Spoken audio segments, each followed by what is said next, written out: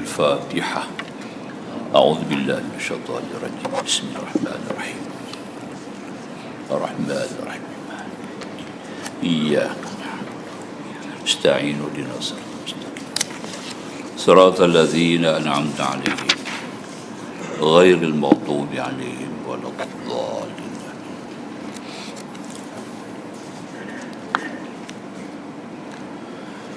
بسم الله الرحمن الرحيم. الحمد لله وحده لا شريك له، له الملك وله الحمد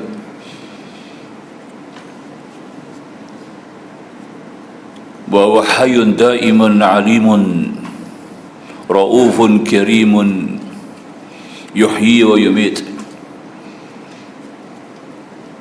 وهو على كل شيء قدير. نحمده سبحانه وتعالى ونشكره ونستعينه ونستهديه ونتوب إليه، والصلاة والسلام على رسول الله نبينا حبيبنا محمد بن عبد الله، وصلوات الله سلامه عليه وعلى آله وأصحابه ومن دعا بدعوته إلى يوم الدين. أما بعد، سبحانك لا علم لنا إلا ما علمتنا إنك أنت العليم الحكيم. ربنا افتح بيننا وبين قومنا بالحق وأنت خير الفاتحين. أعوذ بالله بوجه الكريم سلطانه القديم من الشيطان الرجيم. رب اشرح لي صدري ويسر لي أمري واحلل عقدة من لساني يفقه قولي. معاشر الحضور, InsyaAllah kita lanjut lagi ikut dalam catatan muka surat 166, tapi kita ambil balik 165 sepintas lalu supaya kita dapat maklumat yang jelas tentang asalnya. Soalannya akan kita perkatakan pada kuliah kita ini insyaAllah. 165 dan dalil akal dalam soal menyebut tentang mukhalafatuhu lil hawadisi, di mana bersalahan Allah Subhanahu wa taala dengan segala yang baharu. Dan dalil akal seperti kata musannif Syekh Sanusi. Musannif di sini adalah Syekh Sanusi dalam Matan Barahin kitab dia.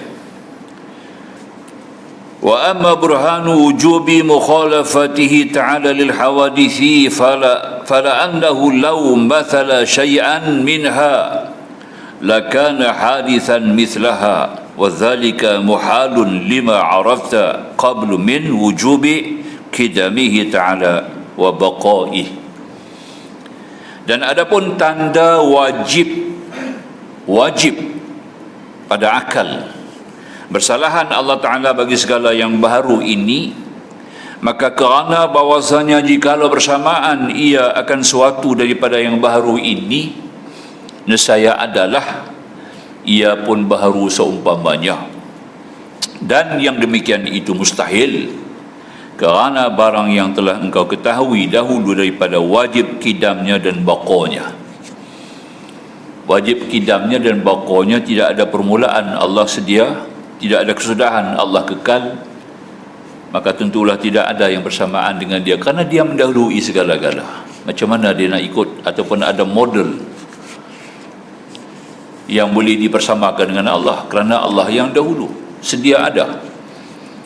Bermula burhan ini satu gambaran sebagai hujah, gambaran yang boleh kita gambarkan di sini keadaan alam yang ada hari ini.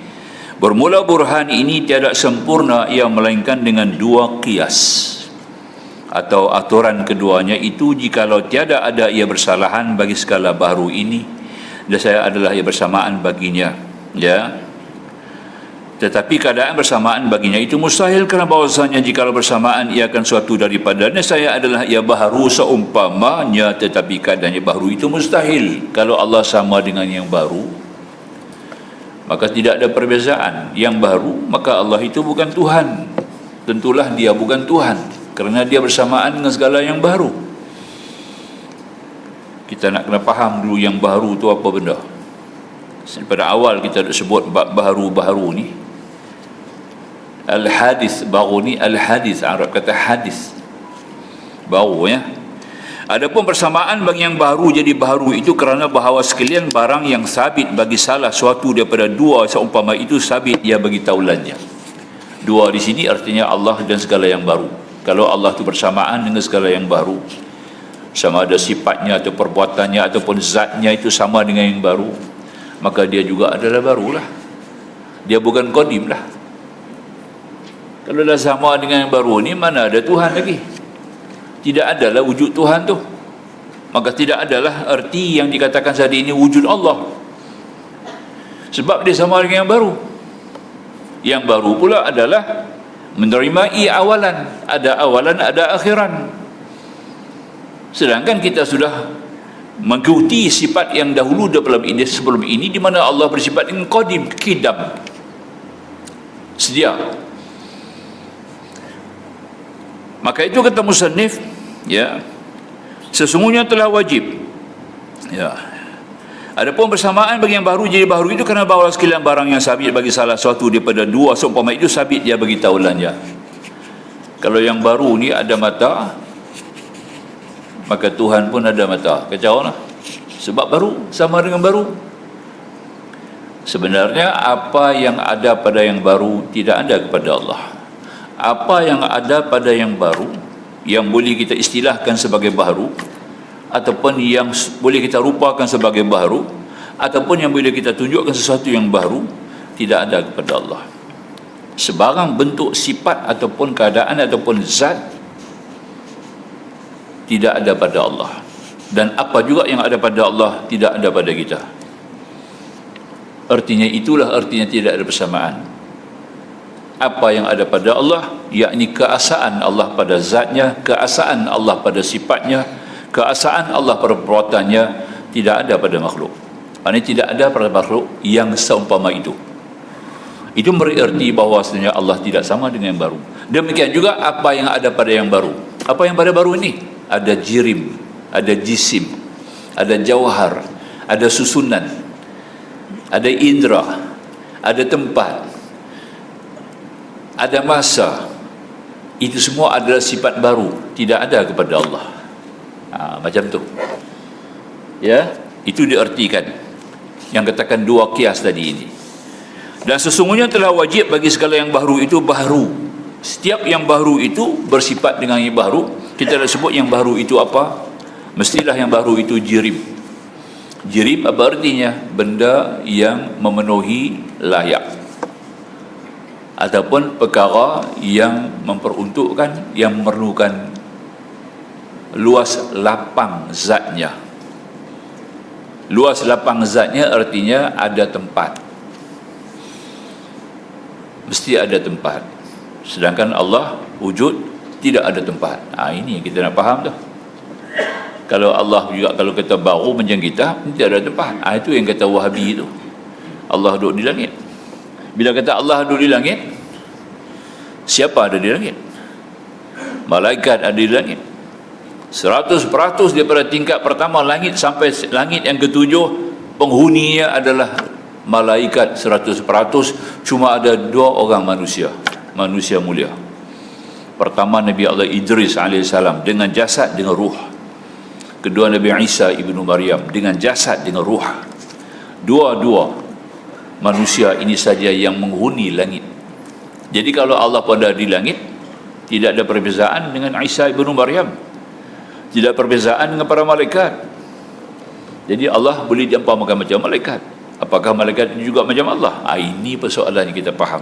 Maka itu Allah tidak tertikat dengan tempat. Tidak ada istilah yang boleh kita letakkan Allah sebagai bertempat. Bila bertempat sudah sama dengan yang baru. Tiap-tiap yang wujud, yang baru mesti bertempat. Tapi Allah wujud tidak bertempat. Itulah artinya tidak ada persamaan Allah dengan yang baru. Dia faham ya? Istilah begitu. Arad artinya sifat kepada sifat. Maknanya kata sifat yang berdiri kepada zat. Ya. Kalau kata air itu adalah jirim, maka sejuk itu adalah arad. Api itu jirim. Panas itu adalah arad. Itu nak faham tak ya? Kita makan itu adalah satu unsur daripada kelakuan yang dilakukan oleh jisim. Adanya lapar, adanya kenyang. Jadi sifat lapar, kenyang itu adalah aurat. Kalau tak lapar, bukan makan. Kalau tak kenyang pun bukan makan. Betul tak? Kalau makan, mesti ada sifat dia, kenyang. Kenapa mesti makan? Lapar. Jadi lapar dan kenyang itu adalah aurat kepada perbuatan makan. Perbuatan makan itu hanya boleh dilakukan oleh makhluk yang bernama jirim ataupun jisim. Faham? Kalau Allah juga macam kita, Allah juga makan minum. Bila makan minum, sudah jadi lemah kerana Allah memerlukan kepada makan. Sedangkan Allah itu sudah bersifat dengan Al-Qayyum, berdiri sendiri. Ya, itu kita nak faham tu. Jadi kok mana pun Allah tidak bersamaan dengan segala yang baru. Ini kita nak biar faham begitu. Ya. Maka jikalau bersamaan Allah Ta'ala itu akan segala yang baru, itu nescaya wajiblah baginya barang yang wajib baginya daripada yang baru, dan mustahil qidam, dan harus pula baginya wujud dan adam. Kalau Allah pun juga macam kita baru, seada persamaan dengan segala makhluk yang baru, tentu dia pun baru. Dikategorikan sebagai al-hadis, hadis. Sebab itu kita baca Quran ada hadis, Quran ada hadis. Quran tu kalam Allah yang qadim, hadis tu kalam Nabi, bahasa Nabi. Jadi yang baru kita panggil hadis, yang qadim itu kita panggil Quran. Itu adalah qadim, kalimah Allah, kalam Allah, dia bukan baru. Itu kita faham, ya begitu. Baik. Dan diiktirad atas musannif bahawa katanya jikalau bersamaan Allah itu akan sesuatu daripada yang baru, nescaya jadi baru ia seumpamanya. Maka demikian itu tiada lazim ia, kerana bahawa yang lazim atas mumatsalah bersamaan itu ada kalanya qidam, yang baru itu jadi baru, dan qadim. Macam mana Allah tu qadim? Kalau sama dengan baru, baru pun jadi qadim kah? Macam mana nak kata? Dikatakan Allah bersamaan dengan yang baru, Allah tu qadim, baru ni hadis. Kalau yang qadim campur dengan hadis, sama dengan hadis, boleh kata yang hadis tu qadim, ataupun boleh kata yang qadim tu hadis. Yang mana betul? Maka mustahil dua-duanya. Yang qadim tidak boleh jadi hadis, yang hadis tidak boleh jadi qadim. Yang qadim tetap qadim, yang hadis tetap hadis. Yang kata Allah bersifat ketuhanan itu adalah qadim, tetap qadim, kekal selama-lamanya. Yang hadis itu tetap hadis, maka hadis itu adalah antara yang dikatakan tadi ini, wujud dan adam. Boleh ada, boleh tidak. Itu yang berlaku dalam keadaan yang kita melihat sekarang. Setiap yang makhluk tu memang tidak kekal, betul tak? Tidak ada satu makhluk pun yang kekal. Bila kata makhluk, dia menerimai apa? Fani, binasa. Maka itu Allah kata, ya, tiap-tiap yang wujud atas alam raya ini semuanya adalah binasa. Ya, kullu man 'alaiha fan. Kullu semua binasa. Tapi ini kul ini bukan kul jami', kul mujma'. Ada beza sikit kul tu. Kul ni tiap-tiap, bukan tiap-tiap semua tu binasa. Kalau tiap-tiap kul tu kul jami', Allah pun binasa. Allah masuk dalam jami'. Dia kul mujma'. Apa kerja mujma' ni? Hanya Allah saja yang tidak binasa. Sebab tu ayat tu turun, datang pula ayat berikutnya, kena baca apa habis. Ayat tu jangan baca sekarang. Wa yabqa wajhu rabbika dzul jalali wal ikram. Tengok tu, kekal zat Tuhanmu ya Muhammad, yang punya kebesaran dan kemuliaan. Tu. Jadi makna kata dalam kul itu tidak masuk Allah. Tiap-tiap itu tak masuk Allah. Macam juga bid'ah, kullu bid'atin dhalalah wa kullu dhalalatin finnar. Tiap-tiap bid'ah itu sesat, tiap-tiap sesat masuk neraka. Kul tu juga bukan kul jami', dia kul mujma'. Nampak tak? Kalau kul jami', baca Yasin masuk neraka, buat tahlil masuk neraka. Lepas sembahyang tu imam baca doa, kita amin, masuk neraka. Ya. Sambut maulid Nabi, masuk neraka. Kacau. Ya. Pasal pukul semua jadi kul. Kul jami', mana boleh? Ada 50 kul dalam ilmu mantik. Ilmu mantik ni dia ada 50 pul. Orang kuasai bahasa Arab ni dia kena mengaji ilmu mantik tu. Kalau tak mengaji ilmu mantik ni banyak perkara. Ya. Kullu nafsin za'iqatul maut. Tiap-tiap nafas yang bernyawa itu mati. Allah pun hidup juga, tapi Allah tak pakai nyawa. Nampak tak? Faham? Jadi Allah itu bukan masuk dalam jami'. Beza. Itu kena faham tu. Tiap-tiap yang nafas, kullu nafsin za'iqatul maut, tiap-tiap yang bernafas itu, yang punya nafas maknanya bernyawa, mati. Apakah Allah masuk dalamnya? Allah tidak. Kenapa? Allah tidak pakai nyawa. Sebab tu bila kaitkan sifat hayy akan lebih sifat qayyum di belakang. Tiap-tiap bila ada hayy, ada qayyum. Al-hayyul qayyum. Cuba perhati tengok. Bila al-hayy, dia tidak bergantung kepada nyawa, kerana dia qayyum. Kita al-hayy bukan qayyum, bergantung dengan nyawa, bergantung dengan udara, ya, bergantung dengan ruh, berbagai-bagai lagi anasir yang perlu untuk memperkukuhkan sebagai suatu zat yang hidup, bukan hidupnya kekal. Jadi kita perlu banyak protokol dalam membentuk kehidupan kita. Maka kita bukan qayyum. Jadi Allah al-hayy, hidup, al-qayyum, hidup dengan berdiri sendiri, bukan hidup dengan roh, bukan hidup dengan nyawa, bukan hidup dihidupkan, bukan hidup macam manusia, bukan hidup macam makhluk. Faham ya? Kerana dia al-qayyum. Tengok tu. Jadi dua sifat ni mesti kena digandingkan. Kalau tak masuk al-qayyum, hayyu tu jadi masalah. Nampak tak? Ya. Inilah kelebihan kenapa ayat itu diletakkan begitu. Naiknya ayat kursi itu kerana dua sifat ni.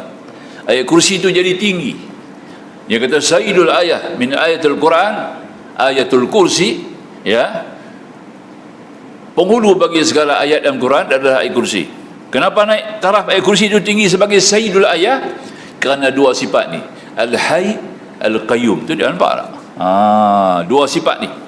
Sebab tu kita bila zikir, Rasulullah mengajar kepada Sayyidina Uthman ibn Affan, seorang ahli korporat yang sangat berjaya, lagi soleh, lagi arifin, lagi wara', lagi zuhud. Siapa dah? Sahabat besar Nabi Sayyidina Uthman ibn Affan radhiyallahu anhu. Bukan kata hanya sebagai seorang ahli korporat yang berjaya, tapi juga sebagai ahli ma'rifah yang tinggi makamnya, ya, di sisi Allah Subhanahu wa taala sebagai ahlul ma'rifah arifin. Maka Rasulullah ajak dekat dia menanggung beban berbagai-bagai beban kehidupan. Nampak tak? Ya, antaranya dia kena imbangkan kehidupan dunia dan akhirat yang serba mewah. Nampak tak? Yang serba kaya. Maka itu berat. Bila berat, Rasulullah ajak ke dia, ya Uthman, kamu bacalah ya hayyu ya qayyum la ilaha illa anta 1000 sehari. Sibuk-sibuk dia tu Rasulullah suruh buat 1000 sekali. Nampak? Ya hayyu ya qayyum la ilaha illa anta. Buat, kita buat. Kita bukan lagu dia sibuk kan, lagi boleh buat 3000. Betul tak? Ha? Sayyidina Uthman yang kalut tu Tuhan bagi, yang Nabi suruh buat 1000. Kita yang bukan Sayyidina Uthman, tak. Patut boleh buat lebih lagi tak? Maka tu kita buat 1000. Tentu akan nampak perbezaan jauh daripada segi akidah kita, daripada segi tauhid, daripada segi hikmah, daripada segi ilmu, daripada segi amalan, daripada kesihatan, keafiatan. Kita akan dapat lihat keserlahannya yang luar biasa. Nampak tak? Ya? Keceriaan yang luar biasa yang Allah akan kurniakan dengan dua nama ini yang cukup tinggi. Ya, boleh kan? Sekurang-kurangnya lepas sembahyang sunat baca 10 kali. Habis sembahyang sunat, apapun sembahyang sunat kita buat, bagi jadi satu kelatahan, latah. Mulut kita automatik akan sebut ya hayyu ya qayyum la ilaha illa anta 10 kali. Nampak tak? Dah bagi biasa, automatik. Tiap-tiap kali bila habis sembahyang sunat, mulut kita akan dengan kelatahannya akan menyebut ya hayyu ya qayyum la ilaha anta asta'inu bi qudratika, ya, astaghizu alayya. Itu antaranya doa di belakang. Baik, sambung lagi insya-Allah. Baik. Dan dijawab dia kata tadi ini, Dan maka bermula yang lazim atau muasalah itu salah satu daripada dua pekerjaan tiada khusus dan kedua jua seperti barang mengendaki akan dia oleh perbuatannya. Itulah macam tadi kita sebutlah. Kalau Allah qadim nak samakan dengan yang baru pun boleh panggil qadim lah. Pasti nak samakan Allah dengan baru. Apakah yang baru boleh jadi qadim? Apakah yang qadim boleh turun jadi baru? Mana boleh? Itu yang kata tadi, dua persoalan yang bertentangan, memang tidak boleh sekali. Maka tak dapat tidak, Allah memang bersalahan dengan segala yang baru. Dan bermula mumasalah bagi segala yang baru itu seperti bahawa ada jirim hingga akhir perkara yang 10, dan tiada syak bahawa mumasalah dengan makna itu melazim yang baru. Maka ta'amul olehmu. Ada juga 10 jirim yang kekal. Kita kata Allah kekal, Allah bersifat dengan baqa, al-baqi. Nama dia kan 99 nama al-baqi. Ya, nama tu kita amal ke, ada zikir daripada hadis Nabi. Al-wahidul baqiul qawil matin, innallaha qawiyyun aziz ya qawi bi rahmatika ya arhamar rahimin. Zikir tu dibaca 7 kali lepas asar, 7 kali lepas isya. Insya-Allah sihat kita, sentiasa sihat. Tuhan bagi sihat. Ya. Al-wahidul baqiul qawiyyul matin, innallaha qawiyyun aziz ya qawi birahmatika ya arhamar rahimin. Saya pernah sebut banyak kali dah di sini.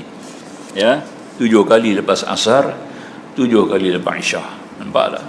Nah, insya-Allah adalah jaminan kesihatan daripada Allah. Sihat tu Tuhan punya, bukan kita punya. Nampak tak? Ya. Sihat Tuhan punya. Jasad pun Tuhan punya. Badan kita pun Tuhan punya. Ubat pun Tuhan punya. Sembuh pun Tuhan punya. Boleh tak? Tu dia. Kita kena fokus dengan wajah tauhid. Nah, insya-Allah kita akan sihat. Amalkanlah. Itu ada hadis daripada Nabi. Sebagai zikir nama Allah Subhanahu wa taala. Banyak kita boleh amal. Baik. Ya. Jadi maka itu dikatakan tadi ini 10 jirim, tuan-tuan maklum 10 jirim yang tidak binasa kan? Dia tidak binasa bukan dia sama dengan Allah, sebab Allah tu baqa, takkan 10 jirim ni pun baqa. Allah al-baqa sebagai Tuhan yang kekal, al-baqi al-hakiki, al-baqi al-hakiki. Tuhan tu kekal yang hakiki. Kita ni dikekalkan al-baqi al-aradi. Kita ni kekal, dikekalkan mengikut syarak, hukum syarak. Kita dikekalkan. Hukum akal Allah boleh binasakan balik kalau dia nak binasa. Bila-bila pun dia boleh ambil balik kan. Aku nak bataikan balik 10-10 atau aku nak binasakan. Hukum akal kata harus pada Allah. Hukum syarak sebab hadis ada sebut 10 perkara ni, 10 benda ni dia akan dikekal oleh Allah kan. Syurga, neraka, 2. Syurga, neraka kekal. Belum kita ada, syurga, neraka dah ada. Nampak tak? Dunia semua kiamat. Israfil tiup sangkakala, semua binasa. Syurga, neraka tak binasa. Tak masuk dalam trompet Israfil, nampak tak? Tak kena mengena dengan seronai sangkakala Israfil alaihissalam, tak kena mengena. Sebab dia kekal. Ada daripada awal dan kekal. Ada awalan, tidak ada akhiran dia tu. Syurga, neraka. Lagi roh kita. Bukan roh ni roh pakai ni roh idhafiyah. Sebut banyak kali dah. Roh idhafiyah ni roh hayawanah. Roh hayawan kita pakai ni. Dia binasa. Roh ni tak tahan tuan-tuan. Dia hanya boleh untuk di dunia saja. Akhirat masuk kubur tak boleh pakai roh ni. Nah, roh idhafiyah, roh hayawaniyah, roh binatang yang kita pakai ni. Sebab tu manusia dikira sebagai hayawan juga. Binasa ni masuk, manusia ni masuk kumpulan hayawan juga. Hayawanun natiqah, hayawan yang berakal. Tu aja beza dia. Boleh tak? Jadi maknanya kehidupan kita ini bergantung kepada roh yang ada sekarang, roh idhafiyah. Ni roh ini akan diistiharkan. Dia akan dibuat, Allah kata akan impun semua roh-roh yang kita pakai di dunia ni, roh dunia yang kita pakai sekarang ni tuan-tuan, sama ada dengan manusia atau jin, dia akan olah bentuk dalam sebentuk binatang kibas, seekor kibas yang besar. Nampak tak? Semua roh kita ni akan dibentuk dan berbentuk kibas yang besar di akhirat besok. Penghuni syurga, penghuni neraka akan tengok. Nampak tak? Tuhan akan isytihar, hari ni kami akan musnahkan roh dunia yang kamu pakai sebab tak ada pakai di akhirat. Maka Jibril akan sembelih. Nampak tak? Sayyidina Jibril akan sembelih kibas tu, mengisytiharkan roh ni dah tak boleh pakai di akhirat. Satu roh ada dengan kita sekarang. Roh ni kekal, roh insaniyah. Itu dipanggil ahsanut taqwim. Laqad khalaqnal insana fi ahsani taqwim. Masuk dalam ahsanut taqwim. Dia masuk dalam ahsanut taqwim. Nampak tak? Apa dia maksud itu? Insani, ruhul insaniyah. Tuan-tuan boleh rasa roh tu. Roh tu kena difungsikan. Tiap-tiap kali kita menghadap Allah dalam sembahyang, roh tu kena berfungsi. Kita menghadap Allah dengan roh tu, bukan dengan roh ni. Roh ni menghadap orang, menghadap sama-sama kita. Assalamualaikum, Assalamualaikum. Itu roh tu. Nampak? Wajjahtu wajhiya lilladzi, itu roh dalam. Itu roh lain. Ni roh insani dia panggil, ya. Rohul insani, dia punya fokus dia sidratil muntaha. Nampak tak? Dia boleh tembus langit. 7 langit dia boleh tembus. Macam juga kita tidur malam, dia keluar. Ustaz, nampak tak? Kita mati pendek, dia keluar. Merayap mana-mana jauh lebih. Nampak? Dia lah nak terima mimpi daripada arash. Arash. Allah nak bagi mimpi kat dia lah. Dia lah tolong bawa mimpi kita. Ya. Kalau dia boleh sampai ke arah lah. Kalau dia elok, dia akan sampai di arah. Kalau tak elok, tak boleh sampai Milau. Pergi Jepun, di Korea. Nampak tak? Mimpi macam-macam. Buka mata, cup, dia masuk balik. Nampak tak? Begitu punya pantas roh tu. Ya? Ya? Tak masuk habis? Nampak tak? Mesti masuk lah. Pasal ni duduk dah. Yang ni keluar, baru dia keluar. Hak roh ni tak keluar, dia tak keluar. Roh ni masih ada lagi, dia masuk. Kalau roh ni tak ada, baru dia keluar. Tu kena faham tu. Tu nah. Dia bersama dengan roh ni. Bila roh ni binasa, pisah, Israel pisahkan, dia pun ikut keluar. Maka kita pun sebut inna lillahi wa inna ilaihi raji'un. Kami daripada Allah dan kepada Allah kami dikembalikan. Kami di sini adalah roh insani lah. Roh insani itulah. Nampak tak? Dia tak binasa. Dialah akan dipakai dalam kubur. Muka nangki nak bertanya pakai dia. Nampak tak? Dialah akan terima perhimpunan besar di mahsyar. Dia juga akan meniti atas siratal mustaqim. Dia juga akan ditimbang di atas mizanul kubra, timbangan Allah. Dia juga yang akan menerima hisab dan dia juga akan masuk syurga. Kekal sama lama. Dia juga. Kita nak duduk dalam syurga, kena pakai roh ni. Nampak tak? Sebab syurga terlalu besar.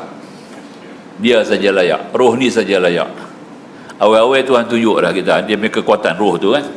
Kita tidur malam, dia boleh keluar begitu pantas, ya, begitu jauh, dia boleh menjelajah dalam sekelip mata. Buka aja mata dia sampai. Nampak tak? Ya, itu dia punya kelebihan ruhul insani. Dia faham ya? Nabi lebih lagi lah. Nabi ada satu roh lagi tinggi. Ruhul sultani, Nabi punya tinggi lagi. Maka tu Nabi, jasad Nabi boleh pergi sampai kepada alam yang ketujuh. Tu dia. Nabi boleh sampai kepada alam yang ketujuh dengan jasad dan roh tu. Sebab Nabi pakai roh in sultani. Nampak tak? Itu kelebihan dia. Kita dalamkan sikit lah ilmu tu kan, baru kita akan nampak ya. Baik. Jadinya kita tadi ini kita lihat kata Asy-Syaikh Suhaimi, ya. Ia nakal daripada kalam musannif terkadang didatangkan oleh syaitan di dalam waham manusia akan rupa mengedaki ia dengan dia akan Allah Ta'ala atau rupa atau dikhayal pada wahamnya, yakni terkadang syaitan menjatuhkan pada hati manusia keadaan rupa Allah bagian-bagian perasaan kadang indal. Sebab kita ada akal kita memanglah dia nak sesuatu yang boleh nampak. Akal ni ya, dia akan buat sesuatu yang boleh nampak, yang munasabah. Maka itu kadang-kadang iblis dia guna akal kita tu, dia beri gambaran-gambaran Tuhan macam mana. Nampak macam Tuhan tu macam satu orang, nampak tak? Kadang-kadang kita boleh rasa begitulah ya. Bila kata Allah duk tengok kita, boleh nampak Allah tu macam ada mata duk tengok kita kan. Ini gambaran yang dibuat oleh syaitan. Tapi bila kita ada ilmu ni, kita dah tahu dah Allah tidak bersamaan dengan segala yang baru, kita tak layan dah gambaran tu. Nampak tak? Kita tahu gambaran itu hanyalah sebagai suatu naluri yang Allah bagi kepada akal. Itu saja. Akal memang dia nak rupa. Tak ada rupa itu bukan akal. Maka itu kita tak masuk akal. Betul tak? Itu faham tak? Suatu yang tidak masuk akal. Sebab akal dia nak suatu yang menasabah, yang boleh nampak. Sebab tu kita kena hukum dia. Kalau tak hukum dia, macam-macam gambaran. Hukum dia siap-siap. Hukum kata Allah tu wajib wujud, mustahil. Allah tu bersamaan dengan segala yang baru. Kena hukum dia akan program dia dulu. Bagi prinsip tu dekat dia dulu. Nampak? Jadi kalau main gambaran macam mana sekalipun, prinsip tu tak akan tergoyah. Nampak tak? Dia akan pegang tu. Ini gambaran. Sebab kita tahu dah, akan juga kena kata. Secara mantik, ya, setiap yang boleh kamu gambarkan, setiap yang boleh kamu lukis, setiap yang boleh kamu nyatakan, setiap yang boleh kamu bayangkan, setiap yang boleh kamu hayalkan, setiap yang kamu boleh unjukkan, maka dia bukan Allah. Nampak tak? Kena kata kat akal begitu. Kena program dia, kena masuk dia punya software tu dalam kepala kita. Nampak tak? Tanam software tu, ya. Supaya dia mai kok mana pun kita dah pakai dah dia punya prinsip tu. Sebab dia kena ada hukum akal. Hukum pada akal. Jangan biar akal tu kosong, tak ada hukum. Nampak tak? Kalau akal tidak diberikan hukum, maknanya kita tak mengaji hukum akal ni, maka akal akan bebas memikir. Penghabis dia kata apa? Tak masuk akal. Tidak. Maka tu wujud golongan-golongan etis dahriyun yang tak percaya kepada Tuhan tu. Nampak tak? Itu dah. Baik, kita faham begitulah. Jadi makanya kata musannif, gambaran-gambaran syaitan ini maksud keadaan rupa Allah, bagian-bagian perasaan bagi Allah itu mempunyai tempat, mempunyai jihad, seperti ada baginya beranggota kanan, kiri, belakang, hadapan, atas, bawah. Adalah Allah Ta'ala itu hampir atau jauh atau di mana-mana, alam luar, alam dalam. Maka jika datang was-was seperti demikian, maka hendaklah mengetahui oleh orang yang punya akal bahwasanya tiap-tiap barang yang dijatuh oleh syaitan pada waham seorang manusia itu hanya daripada alam jua. Hang mai kok mana pun kita panggil dia apa? Alam. Ya. Dari segi alam ni kita ada tiga lah. Sekarang alam nyata, nampak tak? Kedua alam ghaib. Ketiga alam khayalan. Betul tak? Tiga alam ya. Kita menghadapi tiga-tiga ni baru tuan-tuan. Tiga-tiga ni baru. Allah tak sama dengan tiga alam ni. Pertama alam nyata. Alam nyata yang kita tengok sekarang ini yang dipanggil sebagai apa? Alam mulki. Ni dataran bumi, gunung ganang, bukit bukau, matahari, bulan, ya, yang boleh kita nampak dengan mata kasar ni dalam kategori alam mulki, alam syahadah, alam nyata kita panggil. Allah tidak bersamaan dengan alam ini. Tidak ada satu pun alam ini sama dengan Allah, dan Allah juga tidak sama dengan alam ini. Alam yang kedua, alam ghaib, lagi tak nampak. Alam ghaib kita boleh istilahkan apa dah? Alam akhirat, alam kubur, betul tak? Alam mahsyar, alam syurga, alam neraka. Mana kita nampak benda itu? Dan Allah juga tidak bersamaan dengan alam itu. Alam itu juga tidak bersamaan dengan Allah. Boleh? Dua. Yang ketiga, alam khayal. Ini kita buat sendiri. Nampak tak? Alam khayal. Dia boleh khayal macam-macam bayangan dia boleh buat. Nampak tak? Sebarang bentuk khayalan yang wujud dalam khayalan kita, wujud khayali dia panggil. Wujud khayali, bukan Allah. Dia faham? Jadi Allah tidak bersamaan dengan tiga alam ini. Tiga bahagian alam lah, bukan tiga jenis alam. Tiga bahagian alam ni. Itu saja yang ada. Dalam tiga ni saja, semua alam yang ada sampai yang kata tadi ini 18,000 alam. Mengikut Muhyiddin Ibn Arabi, ya, mengatakan bahwasanya bila mentafsirkan firman Allah, Alhamdulillahi Rabbil Alamin, puja-puji yang tertentu khusus buat Allah, Tuhan yang mentadbir, yang menyeru serua sekalian alam, ya. Sarwa, serua. Nampak tak? Serawa kita kata, bubuh pisang. Nampak tak? Ya. Seluruh alam. Bagi berapa alam? Jadi ulama punya kaji, ya, dengan ilham yang diberi oleh Allah, dengan hadis yang mereka rujuk, dengan Al-Quran dia faham ayat-ayat ini. Ibn Arabi seorang dia yang bercakap. Dia kata Bila kita sebut al-alamin, al-alamin isim muzakkar salim mengikut dalam kaedah bahasa Arab ni, dia panggil apa? 18,000 alam. Tu dia. Bukan satu, 80,000 alam ni duduk dalam 3 bahagian alam yang kita sebut tadi ni. Sama ada alam nyata, syahadah, sama ada alam ghaib, sama ada alam hayat. Nampak tak? 18,000 alam ni ada dalam tu. Bila kita puja, Allah mentadbir langsung 18,000 alam. Bukan pakai asisten, bukan pakai pembantu. Nampak tak? Bukan ada dengan kerana, bukan ada dengan sebab, bukan dengan ada hajat. Tidak. Itu artinya. Boleh faham Bila kita Rabb di sini, semua dia. Rabb ni semua dia. Ya, Rabb. Abu Ala Al-Maududi dalam buku dia tulis, kitab dia tulis, bahwasanya perkataan Rabb ini saja mempunyai maksud yang cukup banyak. Dialah pengatur Rabb, dialah penyusun Rabb, dialah pencipta Rabb, dialah yang menentukan Rabb, dialah menyediakan Rabb, dialah yang mengekalkan Rabb. Nampak tak? Dialah yang mengatur dan menunjukkan cara-cara jalan kehidupan juga Rabb. Semua masuk dalam Rabb. Itulah artinya Rabbun. Itu dia. Nampak tak?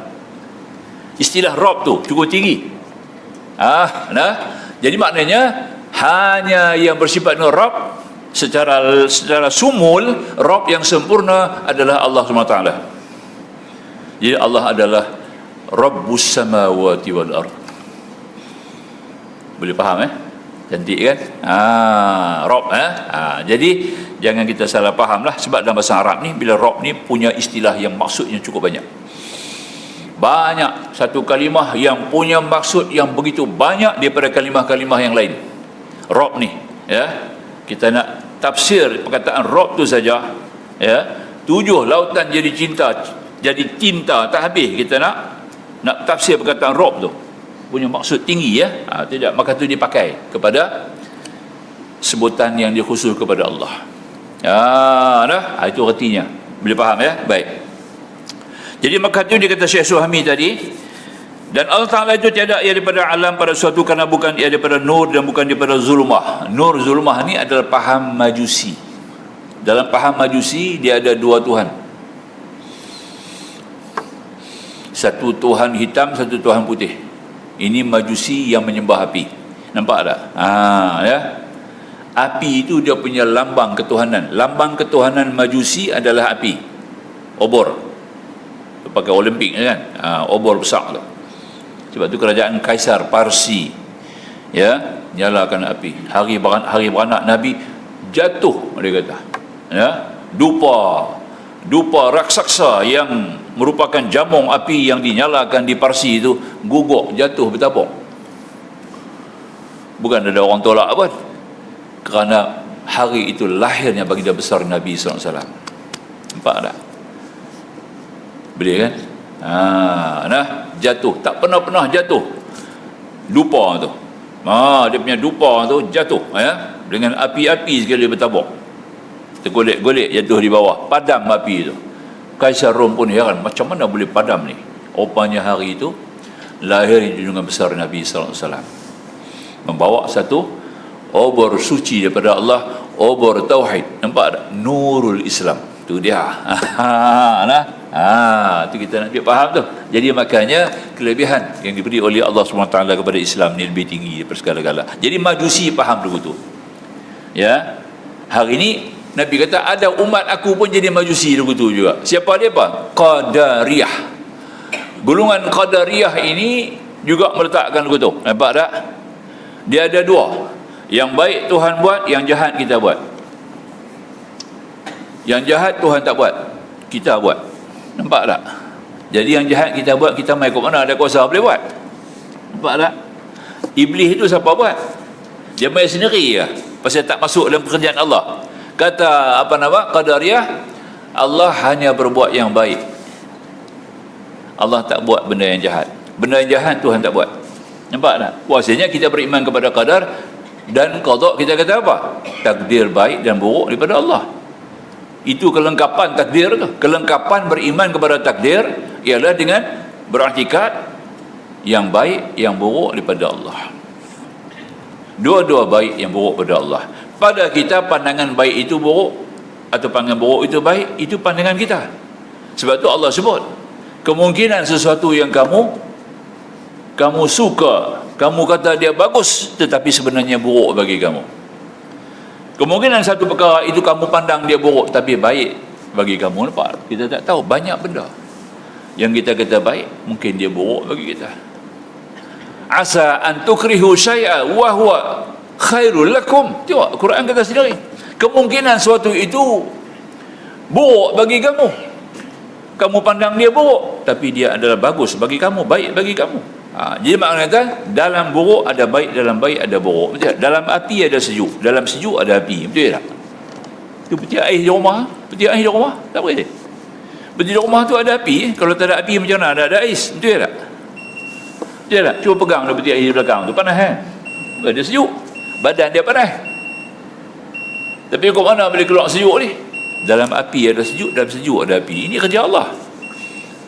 Kita kena lihat keunikan penciptaan Allah yang tidak ada sama makhluk tak boleh buat. Kena pakai hak Allah punya juga. Nampak tak? Ya? Itu kita nak ambil kira, tuan-tuan. Maka dengan kerana ini Majusi faham begitu. Sebab tu Nabi kata umat aku Majusi ini adalah Qadariyah. Kalau jumpa mereka jangan bagi salam. Dia mati dengan ziarah, dia sakit jangan berjeruk. Betul tak? Nabi kata siapa dia? Umat Islam yang faham dahulu ni, yang pakai kaedah akidah yang dianut seperti mana yang disebut oleh Qadariyah tadi, menafikan satu bahagian. Dia kata Allah buat baik saja, yang buruk siapa buat? Kita. Jadi seolah-olah Majusi kata begitu lah, ada Tuhan baik, ada Tuhan buruk. Nampak tak? Tuhan baik putih, Tuhan buruk hitam. Di tengah-tengah dua api duduk tengah. Nampak tak? Itu dia. Tuhan buruk, Tuhan baik tak kena-mengena. Masing-masing ada kerja dia sendiri. Nampak tak? Siapa yang kena buruk, Tuhan buruk. Siapa yang kena baik, Tuhan baik. Jadi kita hari ni sudah ada dua. Allah buat baik, kita buat jahat. Jadi dua. Nampak tak? Sama lagu Majusi lah. Itu adalah salah. Yang buruk pun Allah buat. Tapi kita kena pakai. Itu sebagai hakikatut tauhid. Hakikat tauhid bahawa Allah menciptakan yang baik dan yang buruk. Kedua-dua daripada Allah. Adab tauhid. Adab dia ada lain. Adab tauhid kita kena belajar macam Nabi Ibrahim kata. Dalam Quran Nabi Ibrahim kata apa? Itu adab tauhid, bukan hakikat tauhid tau. Faham tak? Ada beza. Adab tauhid dengan hakikat tauhid ni tak sama. Hakikat tauhid semuanya Allah. Innallaha ala kulli syai'in qadir. Maka takdir Allah itu ada baik ada buruk. Dalam qadir tu ciptaan Allah tu ada baik ada buruk. Betul tak? Ada syurga ada neraka. Dua-dua Tuhan buat. Bukan neraka orang lain buat, syurga Tuhan buat. Ini Qadariyah kata Tuhan buat syurga, neraka Tuhan tak buat. Nampak tak? Habis nak pibuh di mana? Orang kapiak. Nampak tak? Orang kapiak masuk sendiri, cari sendiri lah neraka mereka. Macam cari di mana siapa yang boleh bawa mereka, boleh pimpin mereka. Maka dengan itu kata Qadariyah, yang baik saja Tuhan. Kita tak. Kita kata hakikat tauhid, yang baik yang buruk kedua daripada Allah, kerana Allah saja yang berkuasa. Adab tauhid, adab tauhid yang tak elok tu kita sandak kat kita lah. Yang baik tu kita sandak kat Allah. Tu adab. Betul tak? Macam Nabi Ibrahim kata dalam Quran. Tuan-tuan baca agak ayat syifa. Ada ayat syifa kan? Dalam Quran ada ayat syifa, ada 6 ayat. Ayat syifa. Kita baca untuk syifa. Ni COVID ni bagus lah. Tiap-tiap pagi ambil ayat minum, baca sekali Quran.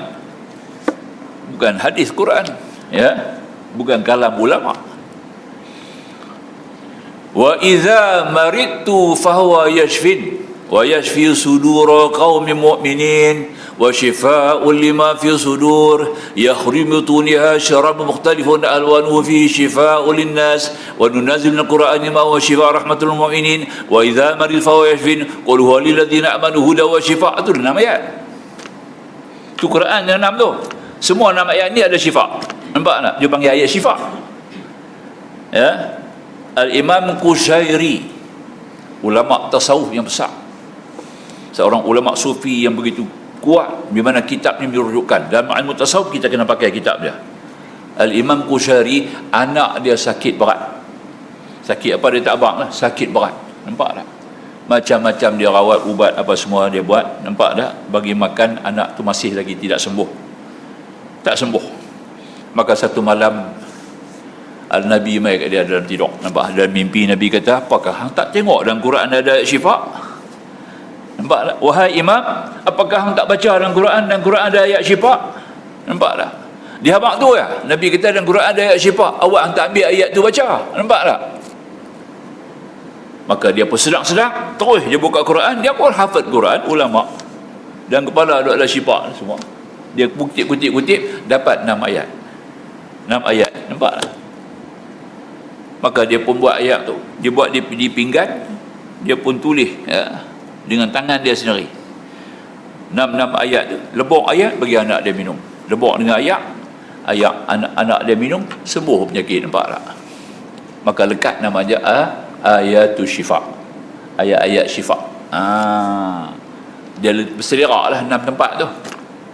Wa yashfi sudura qaumin mu'minin wa shifaa'un lima fi sudur yakhruju min butuniha syarabun mukhtalifun alwanuhu fihi shifaa'un linnas wa nunazzilu min al-Qur'ani ma huwa shifaa'un wa rahmatul mu'minin wa idza maritu fa huwa yashfi. Bila aku sakit Tuhan bagi sembuh. Tengok Nabi Ibrahim kata apa? Wa idza maritu fahuwa yashfin. Bila aku sakit, dia tak kata Tuhan bagi sakit. Nampak tak? Pasal sakit tu tak elok, dia sandak kat dia. Dia kata aku sakit. Dia tak kata Tuhan bagi sakit. Nampak? Adab tu, adab tauhid nama dia. Walaupun hakikatnya Tuhan yang bagi sakit tu. Nampak tak? Allah turun ubat, Allah turun penyakit. Maka ada hadis Nabi kata. Tapi kita tak kata Allah bagi sakit aku. Tak kata lalu tu. Nampak tak? Nah.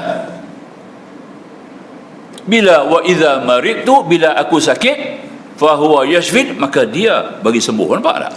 Yang sembuh tu bagus Allah, yang sakit tu tak bagus kita. Nampak tak? Itu adab tauhid, bukan hakikat tauhid. Hakikat tauhid, the reality of the monotheism, ya, Allah sajalah yang menjadikan yang baik maupun yang buruk. Kedua aja Allah, sebab Allah saja yang berkuasa. Itu hakikat tauhid. Dia faham dia kena pergi lagu tu, kena mengaji lagu tu lah, baru boleh. Adab tauhid tu kena ada lah.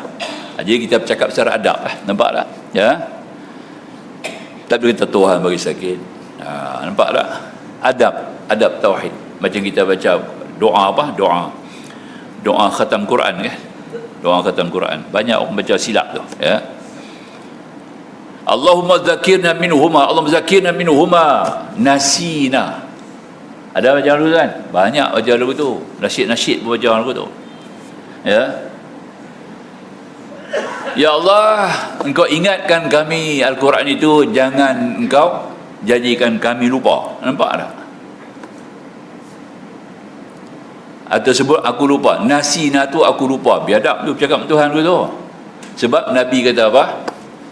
Barang siapa hafal Quran, dia lupa Quran, berdosa. Nampak tak? Siapa yang dah hafal ayat Quran tu, dia lupa, berdosa. Sebab tu tak boleh kita istighfar kepada Allah aku lupa. Kalau baca nasina, aku lupa. Dia kena baca nusina, aku dilupakan. Baru betul. Nampak tak? Tu adab tauhid nama dia. Faham ya?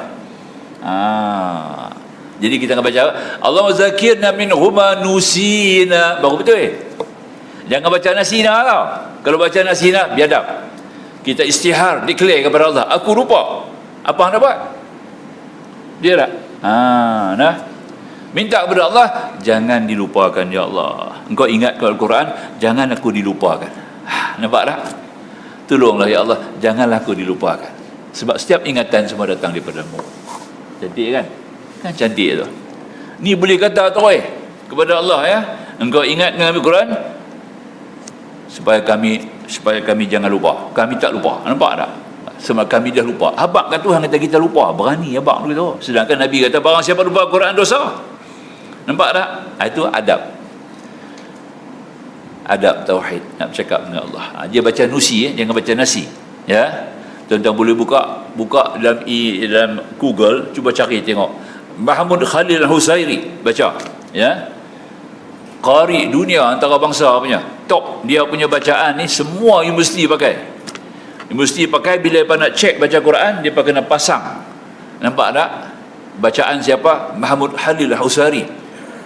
Qari dunia yang paling fasih baca Quran dalam dunia ni. Nampak tak? Ya, cuba tengok dalam Google ada, ya. Quran recitation by Mahmud Khalil Al-Musairi, nampak tak? 30 juzuk. Juzuk yang akhir sekali dia ada doa khatam Quran. Tengok dia baca Al-Quran. Cuba tengok dia baca. Nah. Dia tak baca nah, dia baca nusina. Nampak tak? Tu dia. Nampak tak? Saya tegur dia, Pak. Orang kata apa ni? Dia ingat dia pandai. Memang saya pandai. Dia boleh kata lagu tu dia. Pasal saya tegur. Dia baca lagu tu. Saya kata tu, saya tak katalah dia. Saya kata jangan baca lagu tu. Kalau baca lagu tu tak kena. Dia pergi bab ke orang apa? Awak dia ingat dia pandai. Bukan ingat pandai, memang saya pandai. Saya mengaji bab tu. Aku mengaji bab tu. Macam tu aku boleh apa? Ilmu qiraah aku mengaji. Ilmu tafsir aku mengaji. Usul tafsir aku mengaji. Usul tauhid aku mengaji. Usul fiqh aku mengaji. Semua ilmu tu ada kat saya. Bukan kita baca serapi saja nak. Kalau fiqh, usul fikih kita mengaji, qawaidul fiqh kita mengaji. Baru dia ngajak fiqh. Tauhid, usul tauhid saya mengaji. Tafsir, ilmu kaedah tafsir saya mengaji. Ilmu qiraah saya mengaji. Cuma taranum tak boleh, suara kita tak sedap. Tu aja. Nampak tak? Yang tu je tak boleh pergi. Pasal memang Tuhan buat dia lagu tu. Tak dia baca sedap lagu mana? Qariah. Nak bawa bacaan apa? Cara sabar ke? Cara ras ke? Tak kerti. Nampak tak? Tapi tahu orang baca tu ras. Tahu orang baca ni sabar. Nampak tak? Nah, kita nak lenggang-lenggang tak boleh. Sebab kita bukan ada bakat tu. Dia tak? Dia tak? Ilmu lain hamai lah, ilmu apa pun. InsyaAllah. Semua ada dalam dada saya Tuhan bagi. Nampak tak? Kita kuasai semua bidang ilmu dalam Islam ni, kebanyakan ilmu. Cuma yang sikit-sikit ilmu falak belum habis lagi lah, baru duk mengaji sikit ilmu falak lah. Ya, itu segala ilmu lain insya-Allah. 12 kitab fiqh kita dah mengaji dah. 12 kitab fiqh. Kitab fiqh ada 12 kitab tau. Semua kita mengaji. Hari ni kita mengaji sikit lah. Bab rubu' ibadah satu kitab tak habis lagi. Lagi 11 kitab kita tak mengaji. Rubu' ibadah masuk semayang, masuk puasa dalam tu, masuk haji, baru rubu' ibadah. Nampak? Rubu' muamalah tak mengaji lagi. Rubu' muamalah ada berapa ada kitab? 12 kitab fiqh kena mengaji. Baru kita dikatakan faqih, orang yang faqih dalam ilmu Islam. Kuasai semua tu. Dia boleh kata ni ingat dia pandai. Habis aku bodoh. Nampak tak? Imam Syafi'i sendiri kata barang siapa yang sedap dia tu pandai ilmu. Dan memang dia pandai mengaji kat dia. Itu dia Imam Syafi'i kata. Nampak tak? Barang siapa yang sedap diri dia tu pandai dan memang dia pandai. Nampak tak? Mengaji kat dia. Barang siapa yang sedap kata dia pandai tapi dia tak pandai, lari daripada jangan mengaji. Itu dia Syafi'i kata. Barang siapa yang tahu dia tak pandai dan memang dia tak pandai, ajak dia, gerak dia bagi tidur, bagi tidur. Nampak tak? Ya. Barang siapa yang tak pandai, nampak tak? Dan orang semua tahu kata dia tadi pandai. Dia tak pandai. Dia kata dia tak pandai tapi orang tahu dia pandai. Nampak tak? Memang dia pandai tapi dia kata dia tak pandai. Nah? Orang ini kamu tolong bimbing dia, nampak tak? Pergi ke tengah, suruh dia mengajar, nampak tak? Hang ada ilmu, dah aku tak kerti. Hang ada ilmu. Cara hang cakap, cara hang hujah apa semua ni semua ada dasar ilmu. Kami tahu hang pandai. Dah aku tak pandai, nampak tak? Tak boleh, hang kena mengajar. Kena suruh. Yang seorang lagi dia tak pandai tapi dia jangka dia pandai. Itu kacau. Nampak tak? Itu kena lari. Lari dia kata macam lari daripada rimau. Jangan dekat. Seorang lagi dia pandai. Dan dia pun sedang dia pandai mengaji kat dia. Dia nampak. Tidak. Imam Syafi'i kata, nampak tak? Jadi kita kena sedar diri kita duduk tak mana kan? Ya, kenal ilmu Islam, kenal ilmu apa nak mengaji, kita kuasai ilmu tu semua, kita boleh tahu lah keadaan. Sebab tu dalam ada buku dia, alim, allamah, tak sama. Orang alim lain, allamah lain. General Ashad Al-Banjari, allamah. Syekh Daud Al-Fatani, allamah. Nampak tak? Dia babakan alim, alamah, tinggi lagi. Nampak tak? Mai lagi luar, fahamah terus.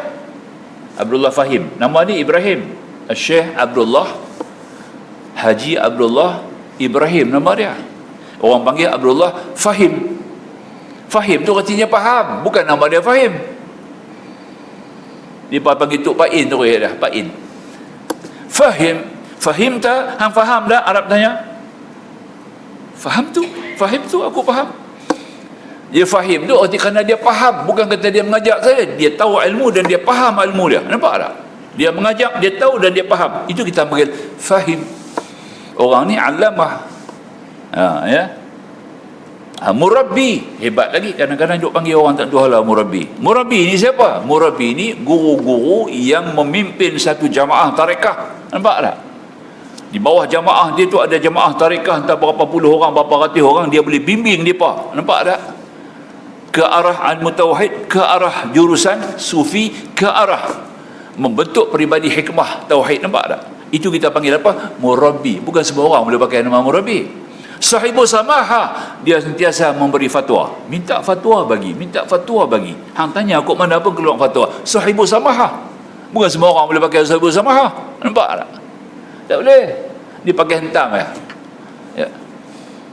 Ikut mujahid. Ya. Mujahid ni bukan hanya sekadar bimbing, dia boleh bawa kita bagaimana nak lawan hawa nafsu kita. Kemudian dengan amalan-amalan yang boleh membentuk peribadi kita sebagai seorang yang soleh. Nampak tak? Itu kita panggil mujahid. Ini di antara istilah yang kita pakai lah. Nak sabak sikit lah yang tu lah. Tu nah. Jadi makna kata kita kena faham sampai tahap tu, barulah kita boleh kuasai sebaik-baiknya bidang ilmu Islam ni dengan cara yang betul, dan orang pun dapat maklumat yang baik daripada kita. Faham begitu ya? Itu dia. Ya, baik.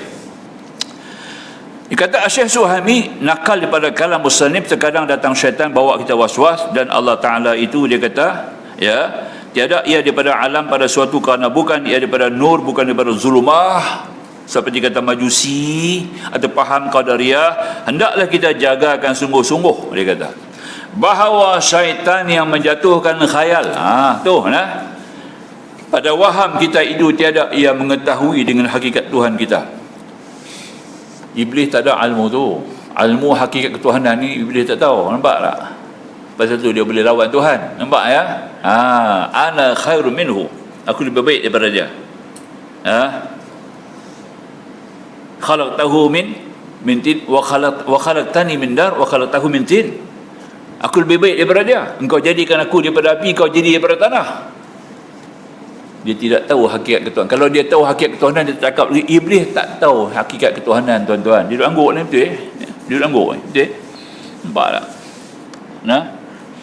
Sebab itu dia akan bayang kita dengan macam-macam rupa ketuhanan, macam-macam rupa Tuhan. Dia bayangkan secara apa? Secara waham. Waham ni apa?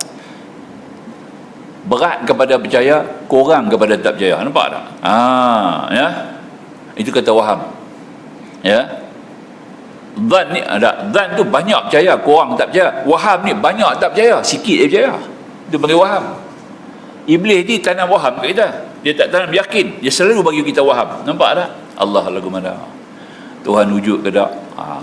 Ya. Tuhan ada ke tak? Kalau Tuhan ada, pasal apa dia tak buat apa pun? Nampak tak? Ya. Awak dia biar orang Islam duk kena katok ni. Banyak orang duk kena katok, ya. Apa Tuhan tak betul ya? Ni kita nak faham tadi ni. Itu yang kata seorang etis. Seorang etis. Etis ni dahariun. Dia nak batal hak ketuhanan. Dia nak beritahu kata Tuhan tak ada. Tahu tak? Kalau Tuhan ada, mesti Tuhan buat bagus ya. Tuhan tak buat, tak bagus. Dia tanya kat satu ulama, Profesor Dr. Ahmad Salabi. Dia tulis tafsir Ayatul Ahkam Quran, dia tulis ya. Profesor Dr. Ahmad Salabi, dia tanya ke profesor tu, kalau betul Tuhan ada, dia kata, hang kata Tuhan ada, hang tunjuk kat aku pasal apa Tuhan buat benda-benda tak elok.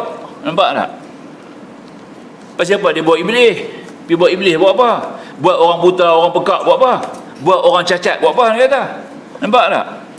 Kalau Tuhan tu betul, Tuhan tu mana kata Tuhan tak ada. Semua ni koinsiden, jadi kebetulan. Nampak tak? Dia kata. Pasal apa Tuhan buat orang pergi buta? Nah. Dia profesor ni biar lah. Orang alim, ulama. Bukan kata dia baca kitab Taurat, dia baca kitab Injil, dia baca ni. Dia kuasai ilmu tu. Dia kata, hang tengok, aku tak bawa Al-Quran kan, aku bawa dalam Injil, dalam New Testament. Dia kata, hang buka New Testament. Nampak tak?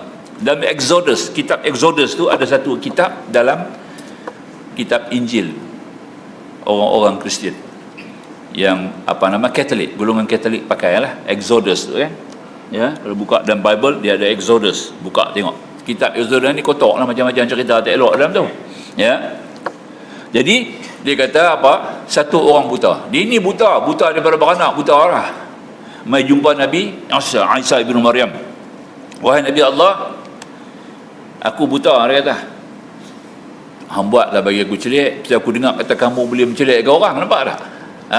Kamu ada mukjizat boleh celikkan orang, maka engkau celikkan mata aku. Aku dah buta. Nabi Isa kata, hang dah buta sejak beranak dia, hang dah buta elok dah. Hang boleh main semayang, boleh main masjid, apa semua dah. Bagus dah, Tok Sah minta celik lah.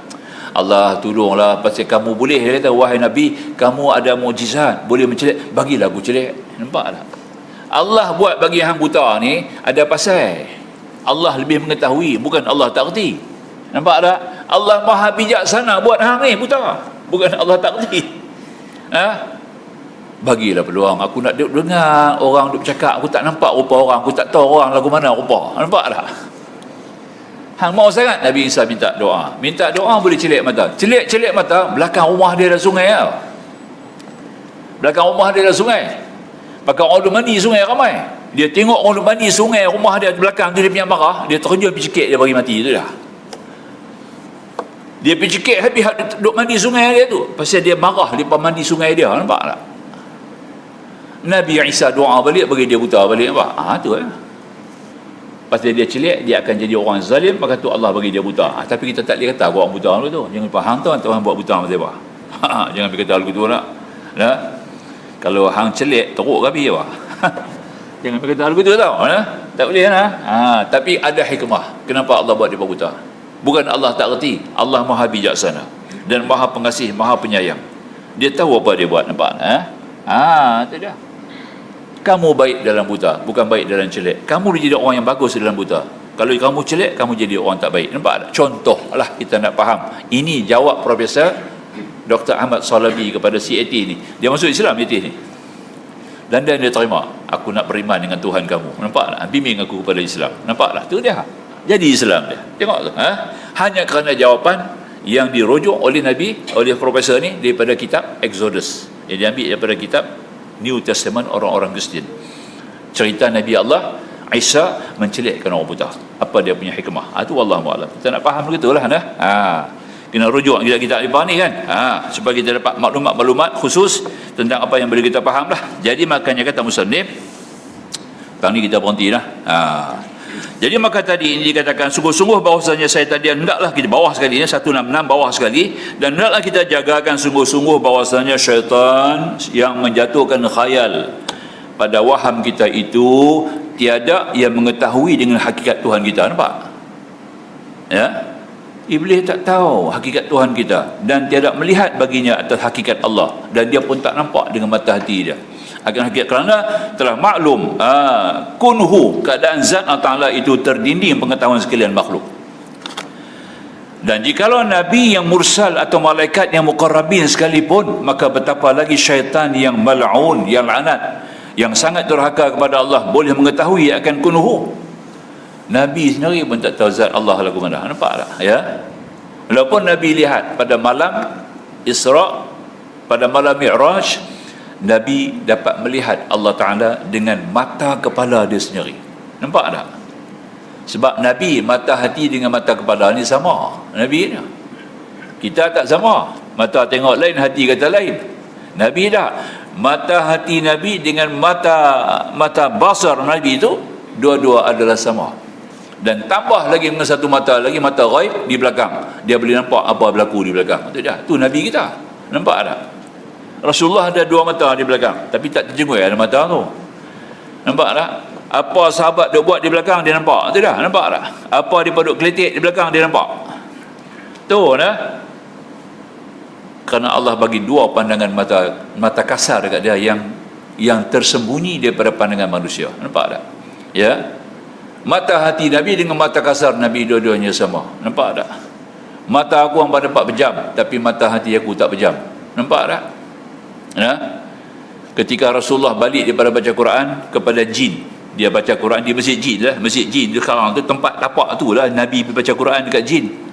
Jadi kerajaan Saudi kerajaan Wahabi buat masjid itulah, Masjid Ar-Raya, nama masjid tu. Nama dia Ar-Raya, bukan masjid jin. Kita pergi orang Melayu buat masjid jin, nampak? Tapi asalnya tapak tu lah Nabi pergi baca jin, baca Quran kepada jin bagi dengar. Tapak tu disemadikan terus jadi masjid. Nampak tak ya? Jemaah haji balik Pondok Propet lah. Kami masuk dengan ayak berkocak sendiri, pintu tutup sendiri, pembohong. No, dalam masjid kita Mutaqin ni pun ada jin ni. Nampak tak nampak lah? Nampak lah? Dia pun gelak lah jin ni. Nampak lah? Tinggal dia tak menjenguk kat kita. Kalau dia pergi gerak pintu tu kacau. Ha? Lagi ramai daripada kita ngaji malam ni. Duduk mengaji malam ni. Ya? Lagi ramai daripada kita tuan-tuan. No? Lagi bagus depa. Tak ada main telefon semua tak. Itu dia. Kita main telefon. Itu dia. Jin mengaji tuan-tuan tak ada telefon tu. Ingat baik. Ha? Bukan dia tak ada telefon, dia pun ada juga telefon. Dia teknologi bertinggi itu yang ada tadi ni. Piring terbang tu, nampak tak? Piring terbang dia bawa punya lah. Identified flying saucers, nampak dia kata tadi. Ha? Itu dia. Tapi bila mengaji, dia mengaji taat suruh. Nampak tak? Dia boleh patuh, duduk, tunggu. Tak mengantuk, tak lena. Nampak tak? Kita dengan lena, dengan main telefon, dengan sembang. Nampak tak? Tak ada adab langsung. Ya? Itu jadi pasal. Tapi kita alhamdulillah, masjid kita ni saya nampak kemas ya. Antara yang terkemas lah dalam kuliah-kuliah yang saya duk kendali ni kan. Ada masjid yang saya nak meluat nak pergi. Nampak lah. Bukan berapa sembang tu, sembang di belakang. Kemudian main telefon pula, duk suap telefon. Hebat sangat. Kalau kita baca hadis, dia mengabaikan hadis, batal amalan dia. Amalan dia daripada awal dia buat sampai hari ni, batal amalan dia. Nampak tak? Tok guru duk baca hadis, dia tak dengar. Dia duk buat cerita lain, batal amalan dia. Itu dia. Sampai tahap tu punya takut. Itu je antara ceritanya kita ambil faham tadi lah. Jadi maknanya, di mana syaitan iblis tidak tahu. Rasulullah sampai kepada martabat yang paling tinggi, boleh tempak lihat, tapi Nabi pun tak habaq Allah tu lagu mana. Sebab laisa kamitsli syai' wa huwa samiul basir. Bahawa Allah tidak bersamaan dengan segala yang baru. Apa juga yang diistilahkan baru? Apa dia baru? Alam. Apa dia alam? Tiga ni lah yang kita ambil daripada awal tadi. Pertama alam nyata yang kita boleh tengok sekarang, alam musyahadah, alam mulki. Yang kedua alam ghaib, alladhi nu'minu bil ghaib. Dan yang ketiga alam khayal. Khayal ni kita punya sendiri lah. Nampak tak ya? Dia boleh bayang macam-macam. Ya. Kita boleh khayal sendiri, kadang-kadang jadi angan-angan, kadang-kadang jadi satu benda yang merosakkan perasaan kita sendiri. Dia mari satu macam punya penyakit jiwa. Nampak tak? Cakap sorang-sorang tu dia lah tu. Nampak tu? Kerana khayalan, dia telah terikat dengan khayalan dia sendiri, jadi penyakit. Sebab tu kita nak kena jaga sungguh-sungguh tuan-tuan. Maka itu kata musannif, di mana iblis tidak tahu ya. Dan apabila kita ketahui bahawa syaitan itu tiada yang melihat atasnya, nescaya ketahui kita bahawa tiada dapat akan dia merupakan. Dia sendiri tak tahu Allah punya mana. Jadi kalau ada gambaran dia waham kepada kita, jangan ikutlah. Sebab tu Nabi kata, bila kamu sembahyang, tengah duduk sembahyang, iblis dia bercakap dengan kita, dia bisik. Dia kata, siapa bagi langit bumi? Allah. Siapa yang mengadakan alam raya? Allah. Siapa yang buat kamu? Allah. Siapa buat Allah? Dia tanya. Itu dia. Bila sampai lagu tu, Nabi kata, kamu bacalah amantu billah. Nampak? Kata lagu tu, amantu billah. Kata lagu tu sudah. Ayat tu boleh baca, tak batal sembahyang. Tengah-tengah sembahyang tu, kalau dia main waham tu, dia main gambaran tu, kita baca amantu billah, ataupun baca surah Qul Allah lengkap, Qul Huwallahu ahad, sampai lam yalid wa lam yulad wa lam yakul lahu kufuwan ahad. Dan dia hilang terus waham tu.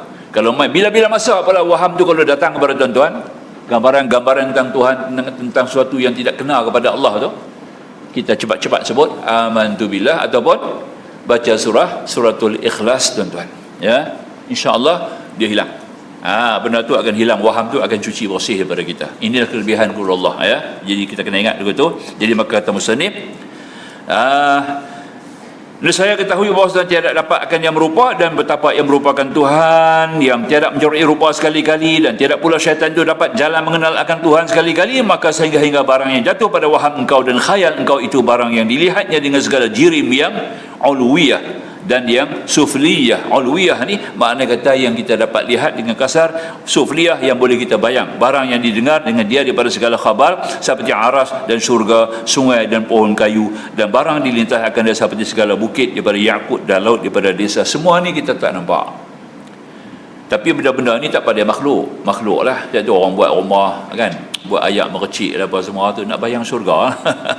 Tak apalah, yang tu tak salah, sebab dia makhluk. Hang bayang makhluk macam mana tak apa, bayang syurga tak apa, tak ada masalah. Bayang syurga bayang ada neraka duk kena bakar, boleh bayang, tak apa, tak salah. Yang tu tak salah sebab dia makhluk. Jangan bayang Allah, nampak tak? Boleh yang Allah tu jangan duk bayang rupa lagu mana dia, nampak tak? Kerana Allah tidak bersamaan dengan segala yang baru. Kita kena ada hujah-hujah dia lah. Hujah-hujah yang kata tadi, hujah-hujah tamanni', daripada hujah-hujah yang boleh mematahkan kita punya waham tadi ini. Maksudnya dikendaki bahawasanya kata tadi, kalau berkhayal tentang benda-benda akhirat ni, betul surga, Nabi katakan surga mala ainun ra'at, hak mata tak pernah tengok, wala uzunun sami'at, telinga tak pernah dengar, wala khatara 'ala qalbil bashar, hati tak pernah terlintas. Tapi kita nak bayang juga tak salah lah. Tak salah tak salah, sebab dia makhluk tak ada apa. Itu dia. Orang nak bayang rupa-rupa Nabi-Nabi, nak bayang pun tak salah, bayang bilah, nampak tak? Tu, tapi bayangkan kalau kita Nabi-Nabi ni orang sigak-sigak, bayang sigak-sigak tu lah. Tu artinya, tapi kita ada makdab, tak boleh lah lukis gambar Nabi, tak boleh lah. Bayang gambar Nabi lukis. Wali-wali Allah dia dapat ilham boleh lukis. Di mana? Di kubur Tuan Tulis di Negeri Sembilan, Tualang nama tempat dia, Kampung Tualang apakah, ada masjid Tuan Tulis. Saya pergi dah masjid tu, Masjid Tuan Tulis. Dia ni wali Allah, dia punya kerja tulis, tak ada kitab. Pergi mengaji mana tulis, nampak tak? Sultan Salahuddin, bapa dia Sultan Selangor tu sakit berat di England di hospital England, sakit berat bukan main. Mai satu orang tua masuk, orang tua tu bersih, dia tu orang tu kecil masuk dalam bilik, Sultan tak boleh bercakap dah, tapi boleh tengok. Dia kata orang tu masuk, orang tu ambil ayat, baca ayat, sapu muka dia, nampak tak? Titik-titik ayat di mulut dia, nampak tak? Sihat. Doktor pun terkejut, macam mana boleh sihat? Balik bawa balik masih Selangor balik Sultan Selangor, bapa Sultan Salahuddin sekarang, bapak dia, kemudian mimpi malam tu juga dia mimpi, yang mai kat dia tu ada Tuan Tulis, nama dia Haji Ismail, nama dia Ismail betul, panggil Tuan Tulis pasal suka tulis, nampak tak? Maka tu Sultan Selangor buat masjid dia, nampak tak? Kubur dia ada situ, lah. Di kubur tu dia buat masjid. Dalam kubur tu kita masuk, tuan-tuan, ada gambar wali-wali Allah tau. Termasuk gambar Sayyidina Ali ada situ. Semuanya lukisan ini adalah inspirasi, artist impression, daripada wali-wali Allah. Wali-wali Allah ni dia band tu berjalan color tu berjalan, brush tu berjalan, tangan dia sendiri keluar rupa, nampak? Tapi rupa Nabi tak dikeluar. Rupa Nabi tak mamai. Rupa lain boleh. Semua wali-wali ada di situ. Syekh Abdul Qadir Jilani, ulama-ulama besar-besar lah, semua ada di situ. Al-Imam Syafi'i ada dalam tu, Nu'man bin Thabit Al-Hanafi ada dalam tu. Dalam gambar tu, tuan-tuan masuk dalam makam tu ada gambar besar. Di bawah ada gambar Sayyidina Ali, nampak tak? Segak lah. Tak apalah, ini semua adalah inspirasi daripada para wali Allah. Maka tangan dia bergerak jalan sendiri, dia lukis, nampak tak? Tapi gambar Nabi tak dikeluar. Allah tak izin, nampak tak? Gambar Nabi Muhammad tak keluar. Kalau keluar baru lukis tak? Orang Syiah tak boleh buat. Orang Syiah tak boleh buat gambar Nabi. Nampak tak? Gambar Sayyidina Ali boleh buat, Hasan Husain boleh buat, gambar Nabi tak boleh buat. Itulah, insya-Allah kita tangguh dulu, insya-Allah kita lajuk sikit hari ni. Bang 10 minit kita lepas ya. Kita ambil sekalian dan bermula sekalian demikian itu baharu ataupun ma'dum. Kita baca kemudianlah insya-Allah ya. Yang tadi untuk kuliah kita pada bulan hadapan. Aku qauli hadza astaghfirullahal azim li wa lakum akhirul kalam wallahu subhanahu wa ta'ala a'lam. Bismillahirrahmanirrahim. Alhamdulillah wassalatu wassalamu ala Rasulillah wa alihi wa sahbihi ajma'in. Subhanaka la ilma lana illa ma 'allamtana innaka antal alimul hakim. Rabbi shrah lana sudurana wa yassir lana umurana. Rabbana atina fid dunya hasanah wa fil akhirati hasanatan wa qina adzabannar. Walhamdulillahil alamin. Wassalamu alaikum warahmatullahi wabarakatuh.